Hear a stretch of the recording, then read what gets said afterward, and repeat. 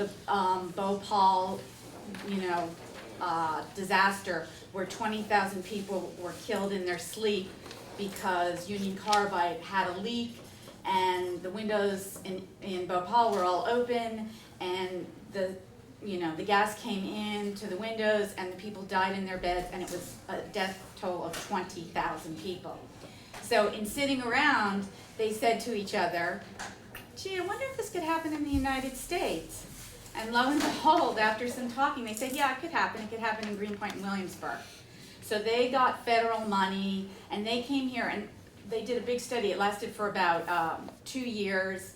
And the reason it could have happened in Greenpoint, Williamsburg, was because although our industry wasn't as big as Union Carbide in Bhopal, we had so many little factories, low to the ground, low smokestacks, and they would be right next door to a house or 4 houses. And so if there were an accident, then we also had Radiac. If there were an accident, something could come out and just sort of sail on over to all the homes.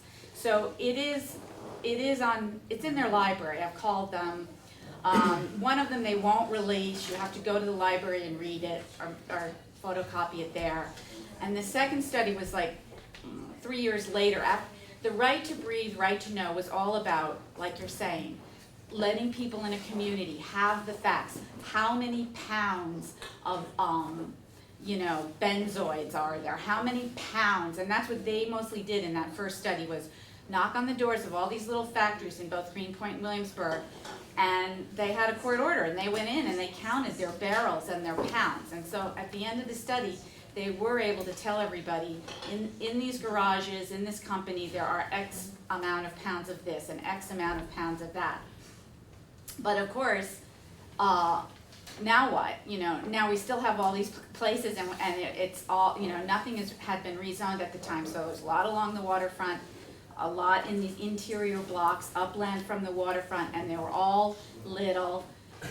And so then the next city, I'm going to forget, the 1992 one. Now that Right to Breathe, Right to Know was the first one. That's in 1989.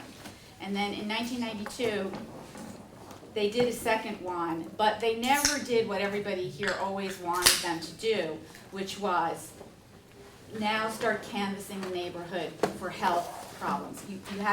They just didn't come up with the money for that, or the study stopped after it told us, wow, you can have a lot of health problems here. There's a lot of chemicals in this neighborhood.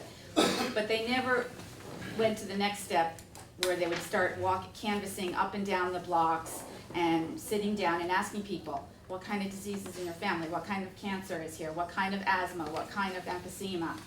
So we never really went to the next level, but it is still at Hunter, and they were the ones, we got a lot of publicity in that first 2 years around 1989, because everybody was like, holy cow, Bhopal, that was bad, 20,000 people at once. And it was really quite shocking. And a lot of people that I personally know did leave after that. They just moved because it was too scary. So it's all there, it's all still there. All the politicians read all about it. Is Radiac still in business? Radiac is still there. We fought that 20 years ago.